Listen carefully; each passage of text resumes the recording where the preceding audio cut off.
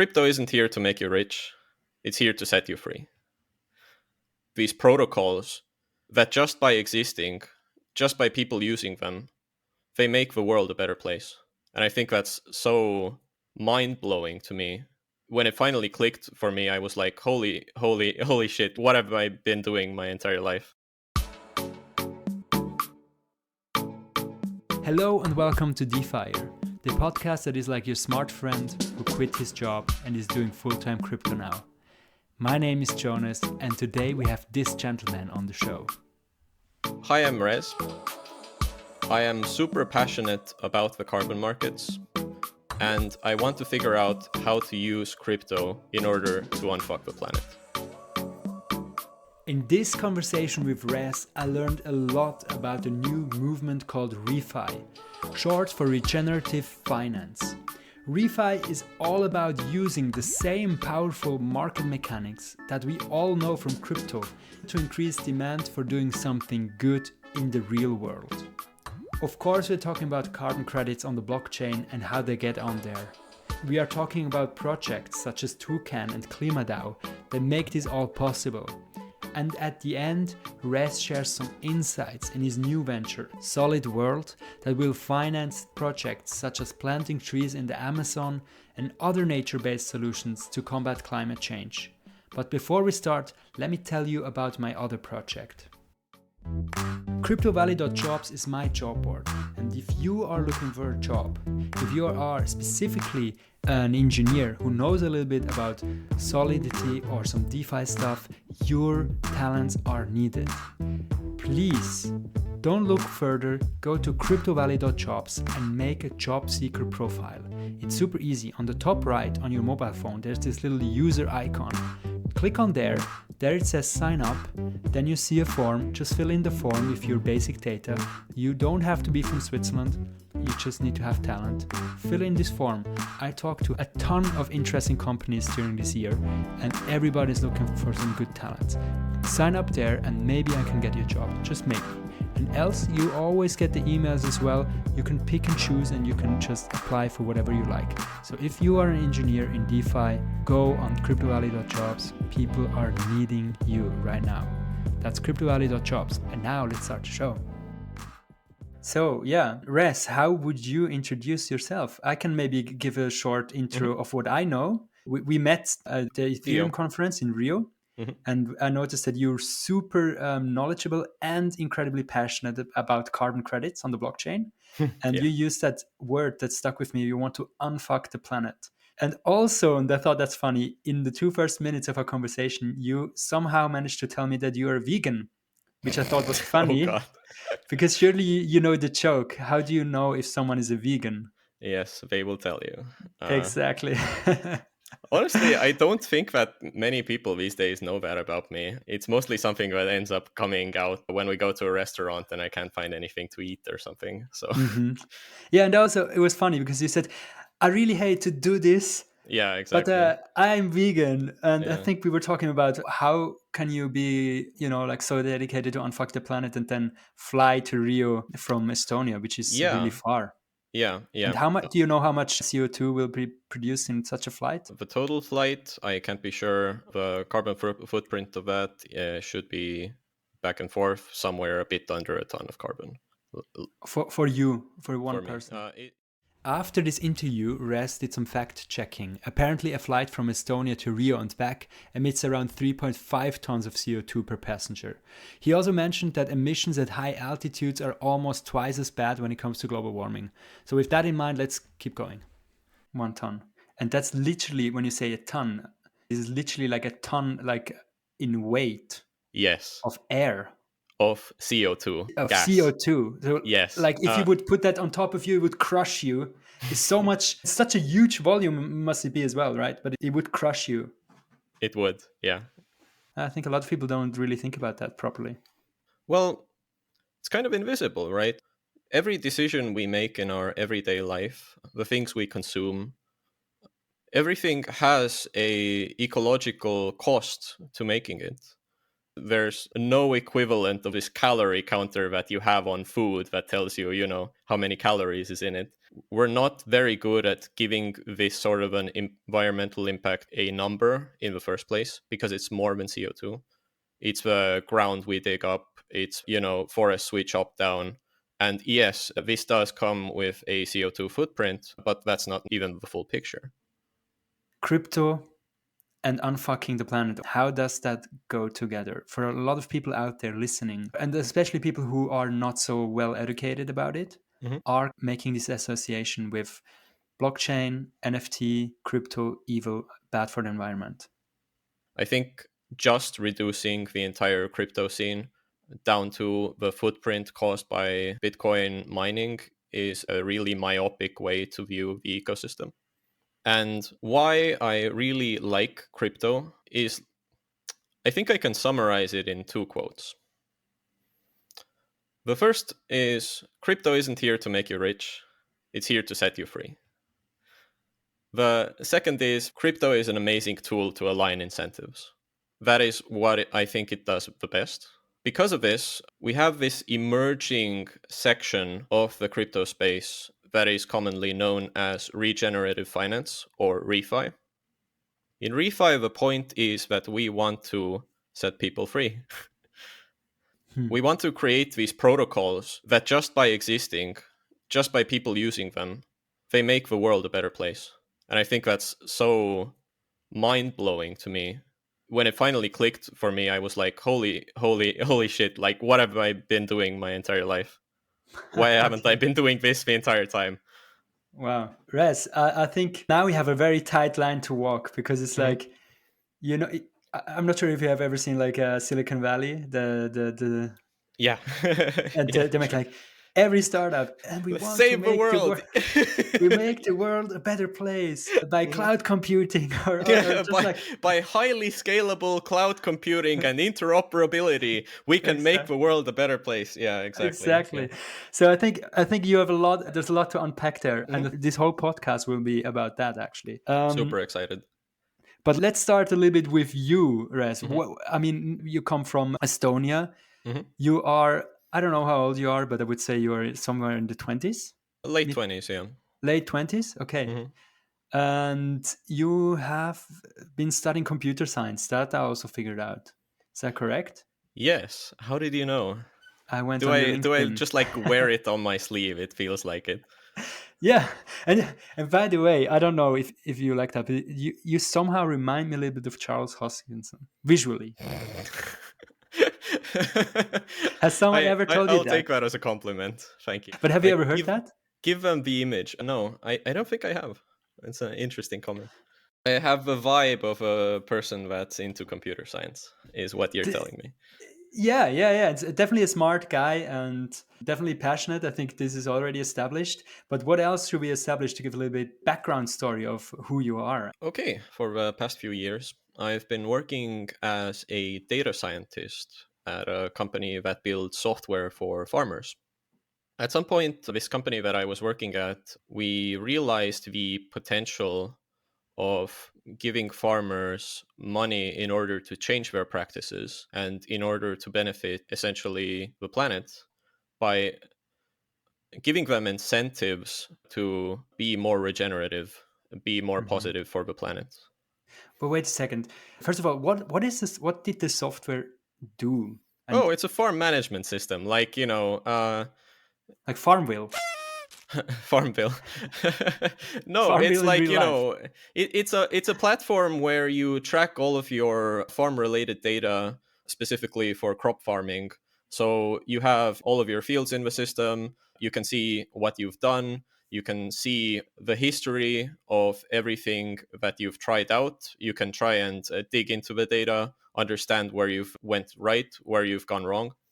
You get this general understanding looking back at what has worked, and this is part of how the software helps you. So it's like an Generally, analytics tool, like a yeah, Google Analytics for your partially, farm. yeah, partially it's an analytics tool. It's a government reporting tool. It's a single source of truth for everything on your farm. And do you know a lot of stuff about farming now? Now I do. Yeah, Now you do? I could talk your ear off just about farming. But Okay. well, farming's super cool. Our food has to come from somewhere, and I think it's a very important industry, and often doesn't, I think, get the amount of appreciation that it actually deserves. But farmers are doing a very important job, and Hmm. I think it's also an invisible job, so no one kind of really realizes this on a daily basis. Of someone had to grow this. Yeah, The pasta I'm eating, someone had to plan when to grow the wheat. the Uh, pasta tree. the pasta tree, yes. You had to tend your pasta tree and make sure this dried pasta doesn't fall off the tree too early. You have to collect it. It's a lot of work, but Yeah. yeah. Great. Mhm. No, cool. And so yeah, I think that paints a good picture. So and then you've seen, the other thing you said is like you've seen that somehow you can incentivize farmers to do even better, Mhm. to do less harmful. Can you make like very like concrete? What were they what are they doing wrong? What are the farmers doing wrong? I wouldn't say necessarily that they're doing anything wrong. It's just if you have a profit motive, and farming is a business fundamentally. And often the answer is you do the things that make you money, and you don't do the things that necessarily are good for you in the long run, but not in the short run. This is how Like we have what? set up like capitalist incentives, right? Yeah. So one of the things that farmers really depend on is their soils. If you do a lot of intensive farming, your soils will degrade over time if you don't take care of them. And as your soils degrade, the amount of now this is how we finally maybe get to carbon, but the amount of organic carbon in your soils goes down Huh. over time if you're not taking care of your soils. This means that these fields will no longer yield as much. These short-term behaviors of trying to extract as much money as you can out of the soil, as a business decision, even like in a 10-year view, this might be completely reasonable. But the thing is that you're almost taking a loan from the future in order to do this. The Hmm. second thing is, as your soils degrade, you also release CO2 into the air. That's part of what causes global warming. Farming, even excluding animal agriculture, is still a big source of CO2 emissions in the world. Hmm. Hmm. And that's not even like the farts of the cows, which Yeah, are yeah, no farts included. Yeah, exactly. yeah, It's just like for that. plants. Yeah, No like fart. no farts included. So you're very knowledgeable about this. Do you have like some mind-bending facts or numbers? Let's say, who is the biggest contributor to global warming? What industry, for instance? Where could we reduce the most? I don't want to like misquote numbers since I'm very pedantic about numbers. So Oh, give me a moment. I'll we Google it. Google I'll it. get the Okay. correct numbers for you and I'll cite them to you. Uh, Agriculture, even excluding animal agriculture, accounts for about like 12% of the total emissions in the world. But 12% is not even that. I mean, in the bigger schemes of things, I would have imagined more. Hmm. I mean, aviation is like 2% in comparison, right? Okay. Yeah. But what is the big chunk? Isn't there like a 80-20 rule? Well, around like 70% is just like how we use energy. uh, this includes cars, this includes heavy manufacturing, this includes a bunch of other emission sources. But honestly, what I care about more is how do we start reversing these emissions? So part of it is obviously that we need better regulation and we need incentives for companies to emit less. But even if we have all of these claims of, yes, we're going to be carbon neutral by 2030, realistically, anything you do is still going to incur a carbon footprint. You're not free of this. Hmm. You can reduce it, yes, but you Hmm. can't, as a person, just avoid all of your emissions. So we need to do something climate positive as well in order to get to neutral. Yeah. Currently, it seems a lot of people put the burden of, like unfucking Mhm. the planet on individuals. Like, hey, you should be not doing this. Hey, we should all eat less of that. We should all travel less, etc. Yeah, But yeah. you're saying that doesn't really make a big splash because it's just too little of an impact. Would you agree with that when you Well, mention regulation, or you say it's also important? well, obviously, I think as an individual, we can have a significant impact, like on our scale. But the thing is that we can't have the 30% or the 40% or even the 70% of people that think that the world should be, not on fire Hmm. in 100 years. We can't have those people just doing the best that they can and then going to work at companies that don't. Us as individuals can do a lot. But how we're doing a lot is putting pressure on institutions, putting pressure on companies, putting pressures on the organizations that we work at to care about these things.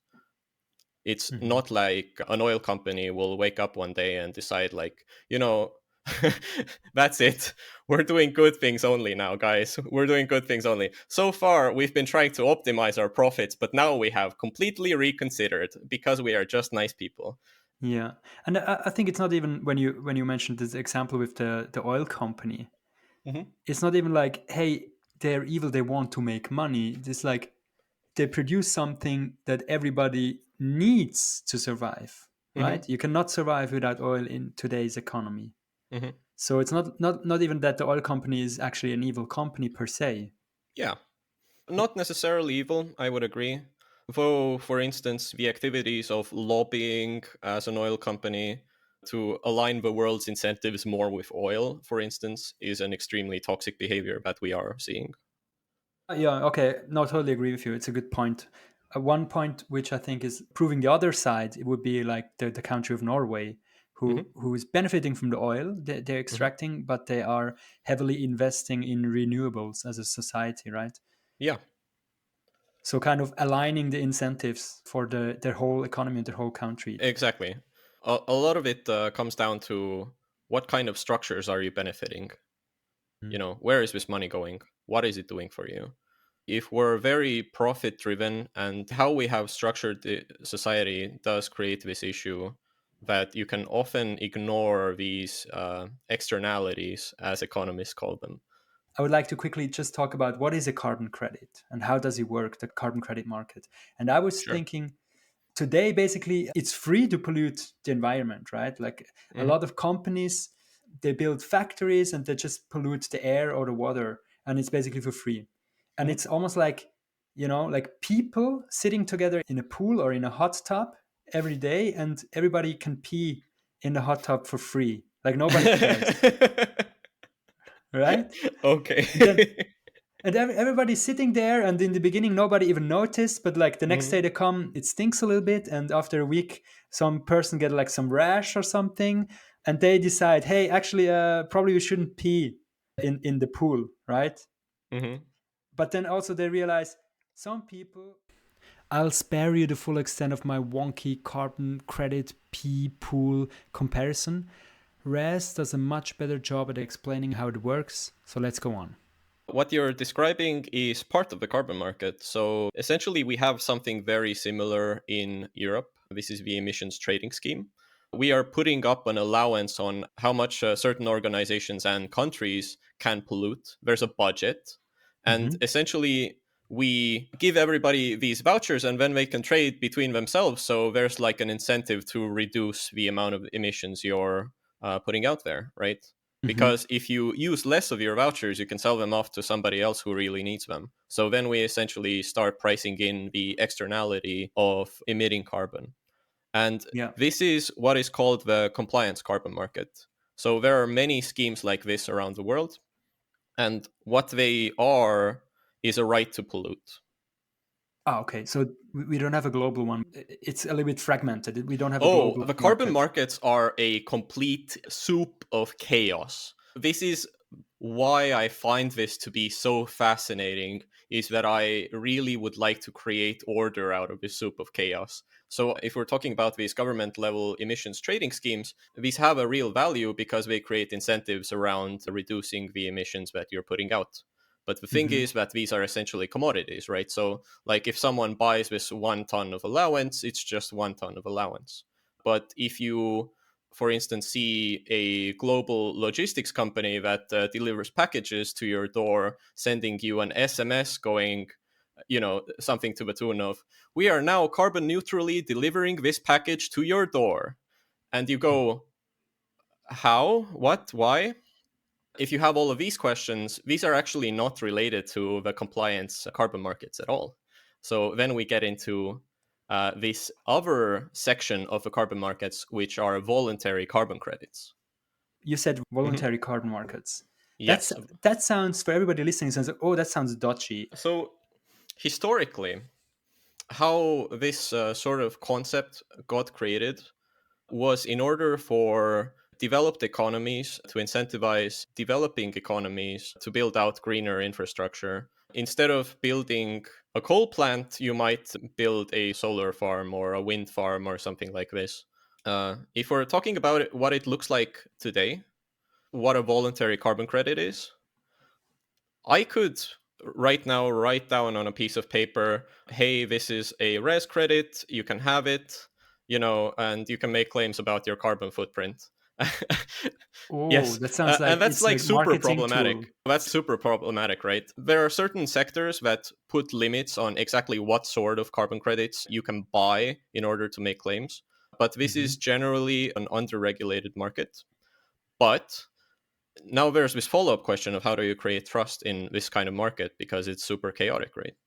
And this is where carbon registries come in. So these are non-profit organizations that set the standards and set the criteria based on which they will issue a carbon credit, which reflects that you have either avoided some amount of emissions or you have done something climate positive and you've actually regenerated the world. And there is a verifiable methodology that has been followed, and there's a third party that vouches that you have followed all of these processes. So the big two in this market currently are Vera and Gold Standard. These are carbon registries that essentially give trustworthiness to these voluntary Mhm. carbon credits. They, in a very tangible sense, make these credits real. Yeah. It would be ironic if Vera, the company Vera, would be the gold standard. What While do you mean? if they would be better than than one called gold standard. Yeah, Vera does have the biggest market share, so in like some sense, I guess you could make that claim. Okay. And can we make a specific example? Let's say I am a Mhm, company, I don't know, a distribution company sending you that package. And I am now either buying a lot of these voluntary credits to mhm, say I'm offsetting my costs, mhm, mhm. or I could just do something. Let's say in my warehouse, I'm using better isolation now that were not there before. Therefore, now I can claim this package has been offset. How does it work? I love that. So this is a very good question. And this comes down to, I think, one of the main problems in the voluntary carbon market, which is what are these credits worth? How much does it cost for me to buy this kind of a credit and make a claim about my footprint? Right? That's what Hmm. it comes down to. Because if the credits are way too cheap, you would just go and essentially do what most people would refer to as greenwashing, because Hmm. you went out, bought the like shittiest cheapest credits you could do. You're actually not impacting the planet in a positive way by doing that. And then you show up with this flashy marketing and go, oh hey, we're super eco-friendly, we're very carbon neutral, such wow, give me money, all of this. Hmm. Hmm. So that's highly problematic and actually is a part of what is wrong, in my opinion, with the voluntary carbon markets right now. Hmm. The thing that I would like to follow this up with is in the voluntary carbon markets, not all credits are created equal. So the thing is, why the crypto innovations we're seeing right now are so cool and innovative is that if you have these voluntary carbon credits, trading them is actually a non trivial job. You can't just go out and say, hey, I have a carbon credit. Does anybody want to buy it? It's not a commodity. Fundamentally, how these voluntary carbon credits work is that there are buyers who will look at the properties of this credit. How was it made? What processes were followed? How much can I trust that this actually happened? How additional is it? So there in the voluntary carbon markets, there's these three terms which are very important: additionality, permanence, and leakage. So additionality I'll give you like two examples, and then we can discuss essentially why the market is like it is. So we have a regenerative, like a green energy project that was started this year. It puts up solar panels, something like this. Fundamentally, that's already these days quite a good business on its own. It doesn't need the extra incentives to actually get set up because, you know, the return on investment for solar panels is anywhere between 5 to 10 years. It's in the energy sector quite attractive. So this wouldn't necessarily be that additional because the act of giving this project money doesn't cause the effect of creating a reduced footprint. Because we can't say if you didn't get this credit, you wouldn't have gone out and built a coal plant instead, like these days. It's Mm. a bit of a complicated claim to make, right? Okay, that's additionality. It's like Yeah, me buying a Tesla and then saying, "Hey, I now have not used the car, Mhm. although I would have bought a Tesla anyway, and maybe even wouldn't never have used the car before. I probably don't even use a car. Now I'm Mhm. adding actually a car to my footprint." Uh, Exactly. Yeah. So it's not necessarily additional. The act of giving you these credits hasn't created the benefits that these credits reflect, if mhm. that makes sense. Yeah. So Hmm. all the companies that could not do any travels cannot just claim during COVID. Hmm. Now we have not traveled and we have actually now created carbon credits because it's not additional. You Yeah, wouldn't yeah, have left exactly. the house anyways. Yes, the big registries won't give you carbon credits merely because you didn't go out to dinner today. You know, Yeah. though it's really this emerging gold rush of people trying to take advantage of these new emerging structures.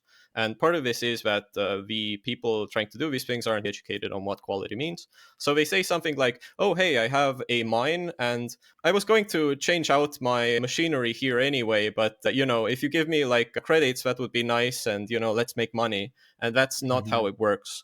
The credit has to actually be additional. You have to be able to prove that the existence of this incentive actually created that outcome. So Mhm. let's get this different example and you'll understand what I mean.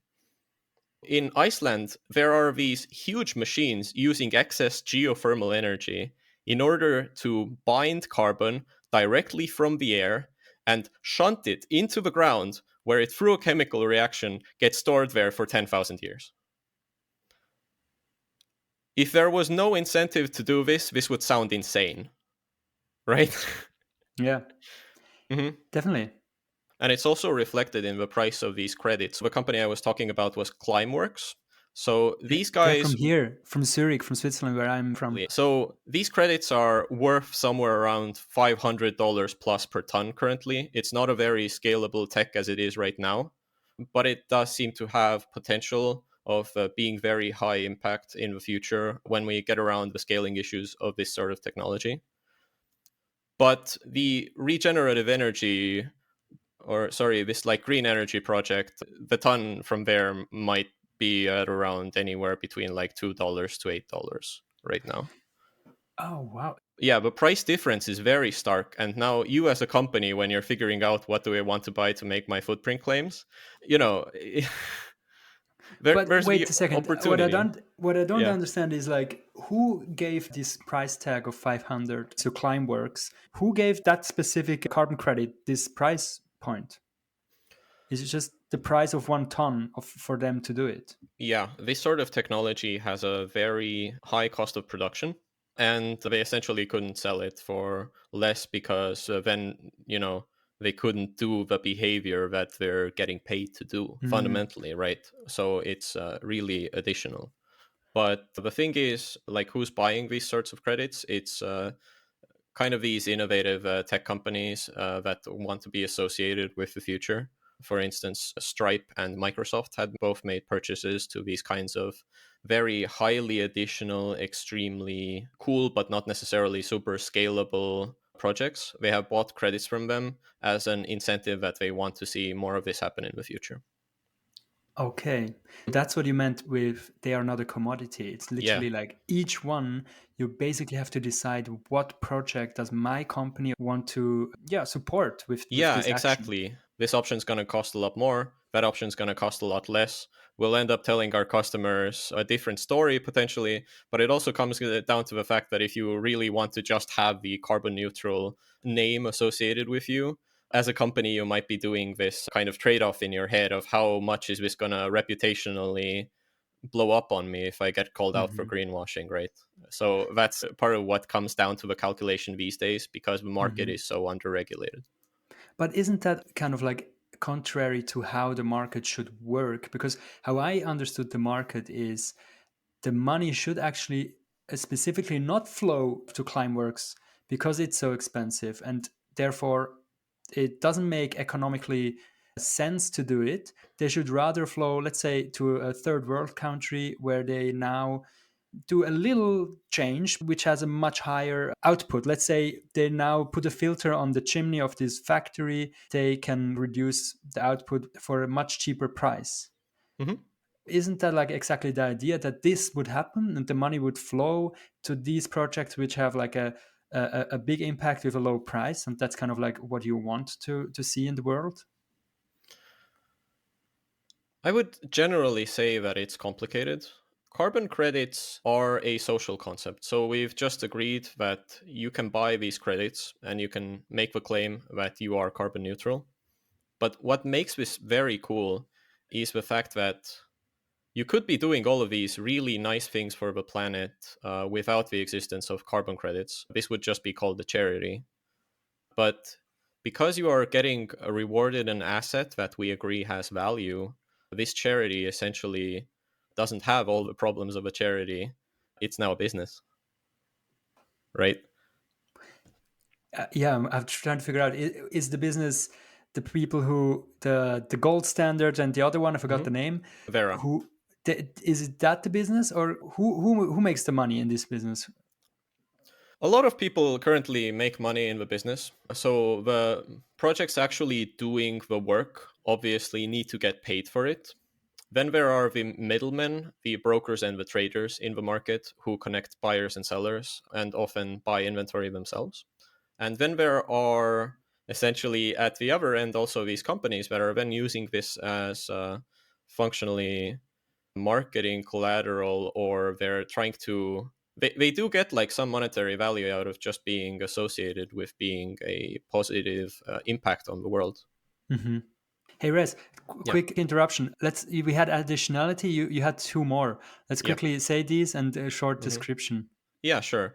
So the second important factor is permanence. Let's give this really easy example that if I, paid you to not drive your car tomorrow, but you just drove twice the day after that, the permanence would essentially have been 1 day because we just pushed the emissions that you did 1 day into the next. That's all that happened. When we're talking about these projects that, for instance, interact with nature, permanence is a question because, nature is very cyclical. If we grow a forest today, but we chop it down tomorrow, it's not necessarily super permanent, right? Hmm. The final thing is leakage. So, leakage is an interesting concept. And this means that if I pay you to not drive your car tomorrow, but your partner drives you around the city, we have just moved the behavior over to another person. We haven't eliminated it. So, this doesn't create any particular value. Hmm. Yeah. So all these three things together create this concept of quality when we're talking about carbon credits. Okay. I think we have additionality, permanence, and leakage. Yes. And now let's bring this to the blockchain. Oh my God. Okay. So the problem in the voluntary carbon markets for a very long time has been that these projects that create the credits don't necessarily know what their credits will end up being worth. Since these voluntary carbon credits are awarded after you do the climate positive action, for instance, for nature based solutions, growing a new forest or growing some additional crops in order to put them back into the soil or build your soil carbon, stuff like this. This has a very long timeline of getting awarded credits, up to 5 years. You have to keep doing these things. And at the end, you get awarded credits. And now there's the question of what are my credits worth? Because carbon credits in the voluntary carbon market are not a commodity. Hmm. So finally, we get into like the story of why I'm obsessed with this market. And the thing is that a few months ago, we had the launch of two very important projects in crypto history. One of them was KlimaDAO, which I think a few people maybe have heard of, and the other one was Toucan. So they launched together, and the general model is that Toucan figured out a way to take credits from the Vera registry, and in essentially this sort of accounting maneuver, cancel the credit on the original registry, provably, and then issue that person the representation of that credit on the blockchain. Mm-hmm. And Vera is obviously this company, which is one of the biggest ones that Mhm. gives out those credits. So they Yes. buy it, they basically destroy it, but issue one on the blockchain. They move it to the blockchain. Yes. So it's a one-way operation. Now you have something on the blockchain, which is a representation of some sort of positive action in the world, which is Mm-hmm. super cool. This is still like a representation of a very specific credit. It has like what year was this issued. It has the name of the project associated with all of these things. And if we're talking about like liquidity, this asset Uh-huh. is not necessarily very liquid. So we're getting into DeFi slowly. And So it's almost like an NFT. It's like it has it is, yeah. metadata. Yes, It's yes, an exactly. NFT. It's a fractionalized NFT that represents 1 ton of carbon from a specific project. So Mm. the fun next step here is this is not a commodity. There's no one out there going, I will buy a Brazilian rainforest conservation project named something from the vintage 2019 issued in 2021. This isn't like necessarily a realistic buying criteria. Mm. But what you might want as a buyer would be give me carbon credits which have been certified and are from a nature based methodology, for instance. So we're getting to in DeFi now. So the logic is that essentially you take now this representation of a specific carbon credit, and Toucan allows you to trade this into a commodity pool in return for a token that represents 1 ton of generic carbon meeting some sort of criteria. Does that make Okay. sense? Yeah. Basically, you have an NFT or you Mm-hmm. have a token that represents something very specific, Mm-hmm. but you're saying we don't really want that specificity. We have to abstract it away. So Mm-hmm. we put it in a pool, and then you buy a token out of this pool, and this represents 1 ton of carbon credits is this token. So you kind of like abstract this specificality of, can I say it? Specificity, yeah. Yeah, you Mm-hmm. abstract this stuff away, and now you have something that is more easy tradable. Yeah, it's an ERC20 token. And now it's fungible. Now it's Yes, fungible. Now exactly. it doesn't matter which one you have. Yes, exactly. You're getting it. So the point is, when you have something like this, you can then just go to an AMM and sell it. It's an ERC20 token. You can exchange it on SushiSwap for USDC. Yeah. So that's a direct path from getting issued a credit into turning it into money that doesn't require necessarily too many people being involved. Hmm. You can essentially sell it off into the commodity pool. That is what makes this really beautiful. People listening now, they might be confused and say, why would I want to have such a credit? I mean, the good is done. Why would I even sell it? If I sell it, what happens? So there's a question of what value does this credit have, right? And Hmm. fundamentally, this has the same value as a voluntary carbon credit in general. You can use it to offset your footprint, but now you can do it on the blockchain in a very provable manner. You can point to an address and go, "This was me. I can prove it." Hmm. But you You're, also have to yeah. use it up somehow. You have to Yes, burn it, exactly. right? Yes, exactly. So there's a retirement mechanism that goes with this. People that have these tokens that represent the commodity. So Toucan has currently two. These are NCT and BCT. So base carbon ton, which is this very wide-ranging pool that accepts mostly everything that Vera has issued. And then we have NCT, which is a more specific pool for nature-based methodologies. And so the logic is that you can take one of these tokens and you can retire that specific thing in order to make your footprint claims. Hmm. Okay, retire is, hey, I have used this up now, Mm-hmm. right? Provably This used it. Yeah. provably. Yeah, you cannot sell it anymore, and that's why it is destroyed. And Yes, that when you say retired, it's basically other people will probably say burned, burned. Yeah, but burned probably has a negative connotation because Hmm. burning stuff is emitting CO2. But in the Sure. blockchain world, it's not the case. It's just like you have lost this coin; it cannot be moved anymore. It's out of the circulation. Hmm. Its value is destroyed or Yes. used up. Yes, this asset no longer can be traded. I have used it up in a provable manner on the blockchain. I can point to an address. I can go, you can look at the transaction. You can see that it's been done. And this is, in my opinion, a beautiful innovation because it opens up this asset that previously has been quite complicated to trade with. And we can now put it directly into all of these things that blockchain is good at, all of these things that DeFi is very good at, and we can plug these into existing things that people have invented. So we can Mhm. have carbon as a collateral for loans, for instance, or we can have a carbon backed stable coin. We can Mhm. have so many cool things because we have this representation of a good thing that has happened in the world.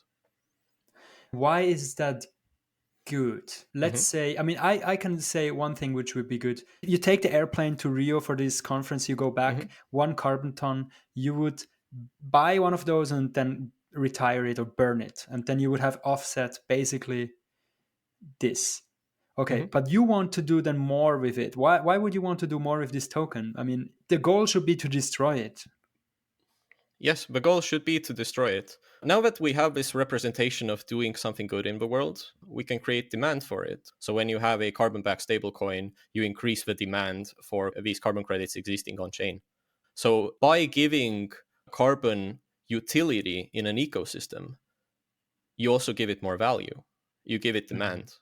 The second part of it is what is this like toucan vision of a carbon money Lego? Is that now people can make their protocol climate positive. How would they do that? Can you make an example? Like this would be just baked into the protocol. Let's say when somebody does something, they have to burn a Well, token. let's take this like easier example. So you might have a decentralized exchange. Every time somebody does a swap, some of the fees are redirected into buying carbon assets and then retiring them. So the swap itself, part of the fees went towards making this AMM carbon neutral. You can see how you can build structures around using carbon credits directly built into the system in a way Hmm. that actually makes the protocol climate positive. It creates demand for the underlying asset, it creates utility for the underlying asset, and you know this money through the market reaches carbon programs that are doing these positive things. That's cool. I would like to think about more of these examples. But before that, I also want to Hmm. address a criticism that popped in my mind, Hmm. which is there are like a couple of points in this chain that we need to trust, right? We need to Hmm. trust first in the real world, the company that kind of like is issuing it. Hmm. Then the protocol that is taking this real world certificate puts on the chain. Hmm. And then this pool where it's pooled and now everything is the same. And there I see a little bit an issue reminding me of like Standards and Poor's, right? When they did Hmm. debt. And if you just mix enough shitty debt, you just mix it up enough, then it's AAA. Like that's what happened before the subprime crisis when the Hmm. market collapsed in the US. Do you see some problems or is that just currently not the case? I'm going to be very transparent. There are these kinds of problems right now because of the permissionless nature of how these pools work. They have a tendency of attracting the carbon credits that might not necessarily be that attractive in the market. These sorts of carbon pools are inherently going to converge at the cheapest price that someone is willing to sell new credits at. And this might not necessarily be the best credits in the market. This being said, Toucan is working on upping the standards, making sure that the carbon projects that are involved in these sorts of pools are deserving of the money, and they are moving up the quality criteria actively. You also mentioned before ClimaDAO, the Hmm. ClimaDAO, Yes. which is a Olympus DAO fork. Hmm. And Olympus DAO is kind of like, I wouldn't say it's a Ponzi scheme, but it has this Ponzi economics, which makes it actually good for ClimaDAO because it sucks in those Hmm. tokens, right? It has protocol owned tokens. So kind Yes. of like ClimaDAO is buying up all those carbon credits, Hmm. and they will never leave there, but they build on top of it another token that is becoming a stable coin or something like that. I wouldn't call it a stablecoin, but it is a carbon-backed currency. How Klima positions themselves is as a black hole for carbon. So what's been very transformational also for the traditional carbon markets is the incredible demand for carbon credits Klima managed to create by using these mechanics in the market. I mean, people in the traditional markets were freaking out. It raised the floor price of any carbon credit you could possibly find by multiples. In the real world, or Yes, just the ones sending yes, it to the. no, in the real world, this had a Wow. real tangible impact on the carbon markets as a whole. Oh, really? That's crazy. Yes, So some yes, nerds, sorry, made this on the blockchain and it has a real world impact. And that's positive at the end of the day, right? I mean, yeah. I love that. That's a cool story. It is a really cool story. They were the first source of demand for on chain carbon markets, which pulled a lot of credits in. So Hmm. now we have a huge on-chain carbon market that I think at this point includes around 18 million carbon credits, maybe more. It could be over 20 million. But yeah, so this is kind of the first source of demand, so you can really see how the money Legos are at work. Not everybody knows how ClimaDAO works.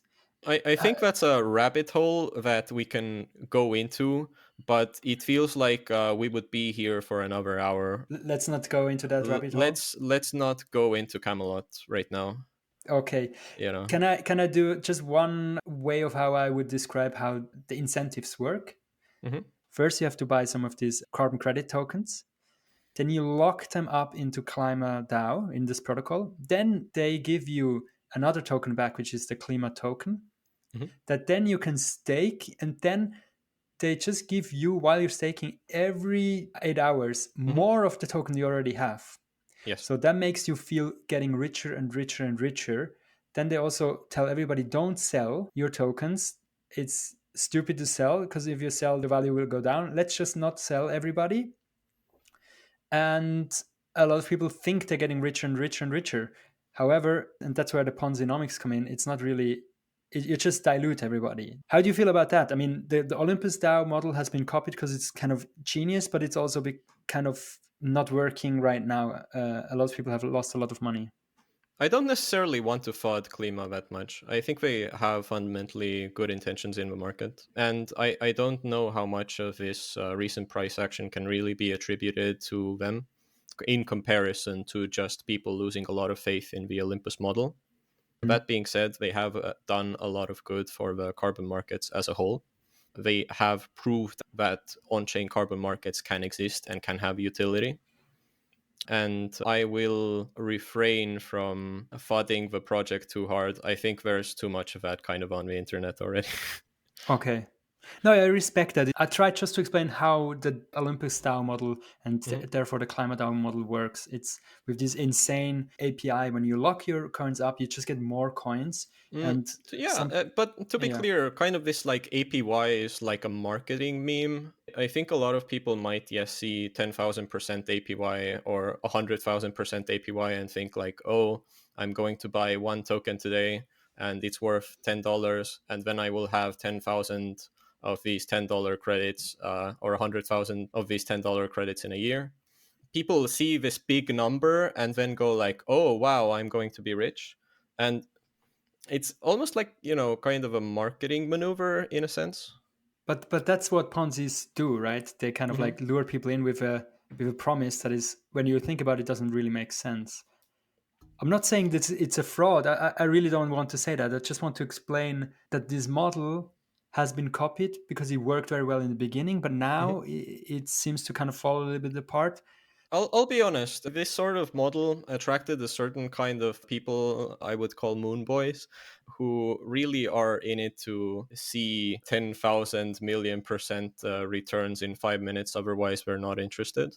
And I've seen over time as these sorts of protocols have matured and lowered their APY, this isn't necessarily the community that they have these days. Okay. And, this is almost like a maneuver to get people interested in what the underlying project is actually trying to build. And Yeah. that's what I want to get to. So Olympus DAO launched and they amassed a lot of money, they amassed a lot of interest, but also they're building out, I think, with this money, interesting things which are going to be very useful for DeFi in the long run. KlimaDAO on their end are actually now reaching out and building a business out of finding these customers that are going to be retiring the credits and making that as easy of a process as possible. Okay. That's interesting. This is why I don't necessarily want to call these projects like Ponzi schemes. Hmm. I think it's a type of marketing maneuver that in the short term brings in people, gets people interested. You see this huge number and you're like, oh my God, what is happening here? But the more you get into it, the project's still doing something with this interest. And when it works, they attract a lot of carbon credits and they own it and they will not release them. So they are this black hole and they are now working on a way, as you said, to burn them, to use them up. Yes, yes. They released a retirement tool that you can go and retire, or as you mentioned before, like burn carbon credits in a Mhm. super easy and accessible way. So you can just go there, put in some USDC, and based on the amount of USDC you have, it'll trade that for carbon credits. It'll retire those carbon credits and give you this like nice evidence that you've done something. Would be cool if you could then have like an NFT or something that you could showcase somewhere. Yeah, definitely. I think this is also one of these directions that the crypto money Lego can take in the future, are NFTs that are almost like a virtue signal of how Mhm. good of a person you are. How many tons of carbon have you retired? Getting like a really beautiful tree that grows over time or something. I find that idea to be quite cool. Yeah, I think so too. And especially combine this with anon culture, then it's fine to brag, right? I mean, it's maybe a Yeah. little bit cringy if you do it on your LinkedIn or something, but if it's just like to show off on the interweb where nobody knows Mhm. you, it could be cool. Tell me, so now you have a new startup. Tell me about Solid World. You remember at some point in this discussion, I was describing that these projects have to wait for quite a long time to actually receive the credits. You mean the projects that are in the real world Yes, trying to reduce the carbon? you got it. Basically, the people who plant the tree, the people Hmm. who built the technology to suck out carbon out of the air and put it in the ground. These Yes. people, yeah. Yeah, they get money later, or they get these credits later. So there's a big question of how can they even afford to do the activities that are eventually going to give them the credits? Most of the voluntary carbon credits that are going to be involved in decarbonizing the planet haven't been issued yet. And we need to make sure these organizations get the appropriate resources so they could scale their climate action in a meaningful way. What Solid World does is we tokenize carbon credit pre purchases, essentially agreements that carbon credits are going to be delivered in the future, and Mhm. build incentives around this that we can make sure the projects have the resources that they need to scale their operation. Could it be explained like this? There's a project out there that comes to you and says, hey, look, we are going to do this. Mhm. And we are probably getting so and so many credits, but only after they have done it. And then say, okay, I buy these credits from you now for a price which is lower probably than you later can sell them once this project is finished. And you, instead of them, will receive these credits. You turn Mhm. around, you sell it to the market, you've made a profit Yes, and funneled the money they need to them early. It's like a you got it. futures market of when you buy crops.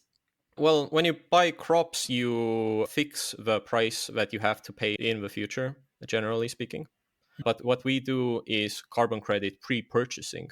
we do not fix the price into the future. We provide them with the full value now and expect delivery in the future. And the good you do in the world is you will have a pool of money and you will get more and more projects started right now. Mm-hmm. Exactly. So pulling new carbon projects out of the ground, scaling them up, making sure that we can give people the resources that they need to scale climate action. And how do you make money? Is this a business or is this a charity? Well, this is not a business. Sorry. This is not a charity. Uh, Okay. mm, we have to do a lot of due diligence with these projects in order to make sure that they will actually be able to deliver the credits that we agreed on. The DAO earns a percentage of the credits that are going to be tokenized this way. This is a source of fees. Mhm. And finally, managing offloading these credits once they get certified. This is an additional source of revenue for the DAO. So it's not a regular company, it's going to be a DAO. Yes. We currently have around 15 people working on the project actively full time. Mhm. And our goal is to be increasingly decentralized over time. Like, I don't know, MakerDAO, for instance. Then let's try to understand more the function of it. What do you have to build for this DAO to work? Currently, we're in a very detailed due diligence process of picking out and figuring out what are these carbon projects that we'd like to initially work with, that we would like to provide this liquidity to. So there's like this curation aspect. Let's make it specific. What are those projects building? Where? In which region of the world? What kind of plants are they planting? These might be, for instance, a project that is buying up land that has previously been a forest but is a forest no longer. And they are doing the work of planting trees in that area, which are native to that area, that fit with the ecosystem. And they are stewarding this over the next 30 or 40 years and making sure that this sort of forest will thrive. And will stay there and will not be sold and cut down again. Exactly. Planting trees and just making sure that the forest does well is, from a capitalist perspective, almost like an insane thing to do. Going out there, buying land just to create a forest which you do not intend on chopping down, that is something that the carbon credits on their own have the ability of creating. We Mhm. incentivize the behavior of going out there and doing positive things for the planet. Yeah. The economical machinery that is in Hmm. place that cuts down let's say the Brazilian rainforest and puts soybeans there Hmm. because you can then sell soybeans on the market. You use Yes. exactly this mechanism, but instead of cutting down, you plant trees, and what you're farming instead of soybeans is carbon credits that then Hmm. you can sell, Yes. which means carbon credits must be more expensive than soybeans, else the incentives are not there to do it. Yeah, we want exactly. You're right. We want to build proper incentives. So you would look at this piece of land and go like, I don't want to deplete this land. I don't want to make it a desert in 50 years. Mhm. I want for something to be beautiful here. And I think this market that we're building out collectively in the regenerative finance ecosystem, I think this is going to allow someone to look at that piece of land and say, I want this beautiful thing to exist here, and I can make it happen. And there's no dependence that one day your wealthy benefactor will die, or there are resources that are made available in order to do this nice thing for the planet. Mhm.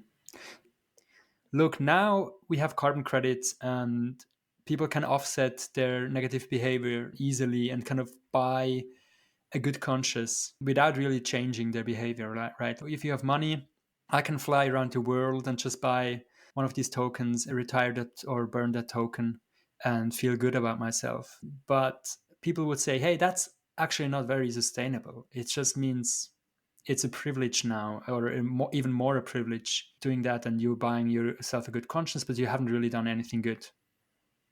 Mm-hmm. How do you think about that? I generally think that the people that are more well off have also a higher carbon footprint.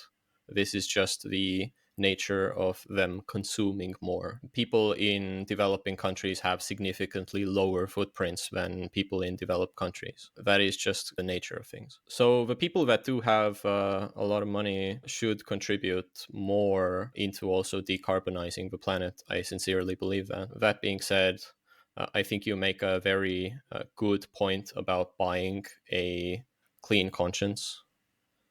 And I would hope that buying these carbon credits or supporting the projects that do climate positive things isn't the only thing in your life that you will change. I would hope that you look around you and understand that your actions do have consequences. And I'm not saying this in a bad way, but just I would hope that people live a more mindful life of just understanding how their decisions are affecting the world. I definitely can empathize with this feeling of almost being overwhelmed. It doesn't seem to be easy to make good decisions, and it kind of never is. The existence of carbon markets is just one facet of how you can help the planet, and it shouldn't be the only one. If you want a clean conscience, I think you have to work a bit harder for that.